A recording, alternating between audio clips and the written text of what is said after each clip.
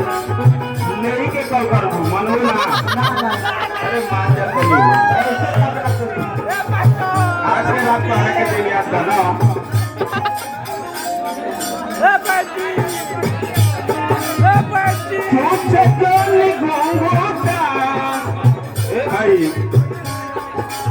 लागे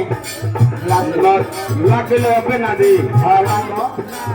ना दी मत राखी तो नहीं है या हमनो को भाई पहला का चढ़ल बन जाई पेट पे पहले बार जॉब की बात है गुरु के बिना ज्ञान ना होला सब के बात था लेकिन तनु मनी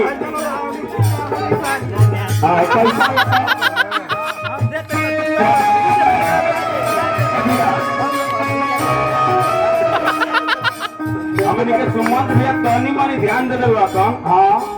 तनियो मनी हां चाहे हम चाहे हई मंदिर भयो निकल गई हां है भाई लोग का इसका जवाब से प्रकट ना हो लेकिन आई हमारा फिरोज की तरफ से बड़ी बड़ी पुरस्कार आई बा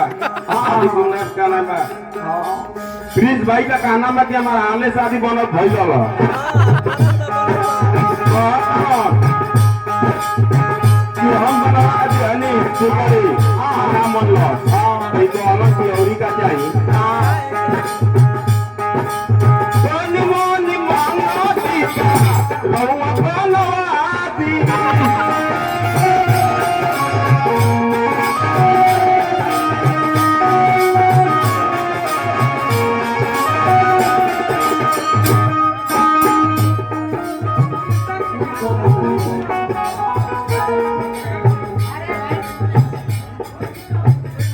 देखो